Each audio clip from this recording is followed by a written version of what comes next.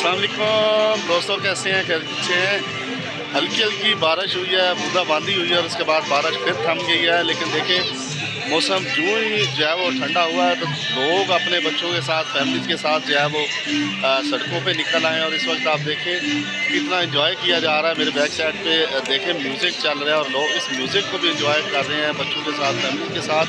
क्योंकि मौसम जो है जुड़वा शहरों में गर्म हो तो जब ठंडा होता है तो फिर उसको एंजॉय करने के लिए दिन हो या रात लोग अपनी फैमिलीज़ के साथ निकल आते हैं। इस वक्त भी लोग अपनी फैमिलीज़ के साथ जो है वो रोड्स पे हैं और इस वक्त आप देख सकते हैं कि एंजॉय किया जा रहा है। और इस मौसम से लुत्फ़अंदोज़ होने के लिए लोग अपने बच्चों के साथ निकले हैं और अल्लाह की रहमत का शुक्र अदा कर रहे हैं। मौसम जो है वो ज़बरदस्त किस्म का हो गया है, बादल बने हुए थे और बारिश का इम्कान बताया भी गया था। लेकिन ये कि यूँ ही अभी बारिश हुई और फिर फौरी तौर पर जो है वो थम गई। लेकिन उसके बाद का ये मौसम है, आप इंजॉय करें।